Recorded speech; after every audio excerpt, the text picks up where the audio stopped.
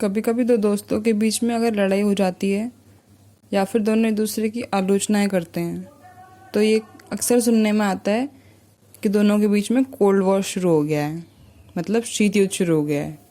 शीत युद्ध का मतलब ये नहीं है कि मतलब दोनों एक दूसरे से लड़ रहे हैं, दोनों के पास बंदूक है, लेकिन दोनों बंदूकों से नहीं लड़ रहे हैं। दोनों एक दूसरे की आलोचना कर रहे हैं, दोनों चाह रहे हैं कि ज़्यादा से ज़्यादा उनके हिस्से में लोग रहें। इसको एक एग्जाम्पल के तौर पे लेके देखते हैं। एक उदाहरण लेते हैं जिसमें राम और श्याम दो दोस्त हैं। दोनों दोस्तों के पास में बंदूक हैं, दोनों चाहें तो बंदूक से एक दूसरे को मार सकते हैं, लेकिन दोनों एक दूसरे को मारते नहीं हैं। लेकिन हाँ, दोनों चाहें तो युद्ध कर सकते हैं, जो हम लोग जनरली लोग युद्ध करते हैं। युद्ध का मतलब कि हथियारों का यूज़ करते हुए युद्ध करना, लेकिन वो दोनों युद्ध नहीं करते हैं। पर वो दोनों आलोचनाएं करते हैं एक दूसरे की नीति की आलोचना करते हैं, एक दूसरे के विचारों की, उनकी विचारधाराओं की आलोचना करते हैं। वो चाहते हैं, जैसे राम श्याम अगर हम दोनों दोस्तों को लें या फिर दो इंसानों को लें, तो राम चाहता है कि ज़्यादा से ज़्यादा लोग राम के खेमे में आए, जबकि श्याम कहता है नहीं, ज़्यादा से ज़्यादा लोग मेरे खेमे में आए। तो ये चीज़ अगर हम देखें तो ये जो प्रतिद्वंदिता है, कॉम्पिटिशन है, कॉन्फ्लिक्ट है, इसी को एक तरह से शीत युद्ध कहा गया है। तो इसका जो बैकग्राउंड है, सबसे पहले हमें बैकग्राउंड देखना पड़ेगा कि ये शीत युद्ध हुआ क्यों, किस हिसाब से हुआ शीत युद्ध ही क्यों कहा गया उसको। तो शुरुआत जो है इसकी, सबसे पहले हम देखें फर्स्ट वर्ल्ड वॉर कब हुआ था। 1914 टू 1918 के बीच में फर्स्ट वर्ल्ड वॉर हुआ था, जिसमें जर्मनी, इटली, ऑस्ट्रेलिया के अगेंस्ट में थे फ्रांस, इंग्लैंड और रूस। दूसरा विश्व युद्ध जो हुआ था, सेकेंड वर्ल्ड वॉर, वो हुआ था 1939 टू 1945 में हुआ था। तो जो वर्ल्ड वॉर था, सेकेंड वर्ल्ड वॉर, वो था मित्र राष्ट्र और धुरी राष्ट्रों के बीच में। मित्र राष्ट्र जिसमें अमेरिका, ब्रिटेन, फ्रांस, सोवियत संघ था। सोवियत संघ जो वर्तमान का रूस है।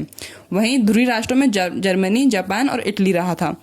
तो इन दोनों के बीच में जो प्रतिद्वंदिता थी, उन दोनों के जीतने के बाद में सेकेंड वर्ल्ड वॉर शुरू हुआ।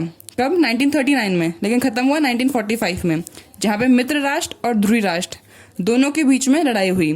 तो जब मित्र राष्ट्र थे वो सब विजयी हुए, लेकिन ध्रुवी राष्ट्र जो थे वो हार गए।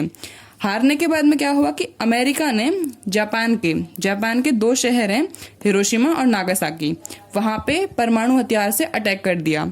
हिरोशिमा पे 6 अगस्त को 1945 और जो 15 किलो टन का एक न्यूक्लियर मिसाइल था, और वहीं नागासाकी पे किया 9 अगस्त 1945 को। और इसी को ही कोल्ड वॉर कहा गया। कोल्ड वॉर जहां पर शीत युद्ध सोवियत संघ और अमेरिका तथा इसके साथी देशों के बीच प्रतिद्वंदिता, तनाव, संघर्ष की एक श्रृंखला के रूप में जारी रहा।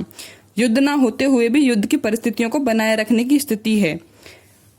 यह शीत युद्ध जो है एक दूसरे के विरुद्ध वैचारिक घृणा, मतलब एक दूसरे में अपने आप से नफरत करना घृणा होता है, एक दूसरे की आलोचना करना होता है, राजनीतिक व कूटनीतिक जोड़ तोड़ करना, सैनिक प्रतिस्पर्धा करना, जासूसी करना, या फिर आर्थिक सहायता देकर किसी भी कमजोर देश को या फिर कमजोर इंसान को अपने हक में या फिर अपने गुट में करना ही ये सब कुछ था। इसके अलावा सैनिक हस्तक्षेप, जहाँ पे अगर लग रहा है कि हमारे पोर्शन में है, हमारे हित में बात है, तो वहाँ पे अपने सैनिक भेज के वहाँ पे कार्रवाई की गई। शस्त्र होड़ करना, ज़्यादा से ज़्यादा शस्त्र बनाए गए, हथियार बनाए गए, मिसाइल्स बनाई गई, ताकि अपने आप को पावरफुल लोगों को दिखाया जा सके। ये सब लक्षण वहाँ पे होते हैं। इसके अलावा जोर आजमाइश, मतलब कि जोर जबरदस्ती करके किसी न किसी को अपने गुट में ले लिया। इसके साथ साथ विचारधारा का विरोध, मतलब कि उन्होंने विचारधाराएं जो थी उस सब की वजह से भी प्रॉब्लम होने लगी। तो इसी चीज़ से क्या हुआ कि आगे 1939 तो सेकेंड वर्ल्ड वॉर शुरू हुआ, 1945 पे खत्म हो गया।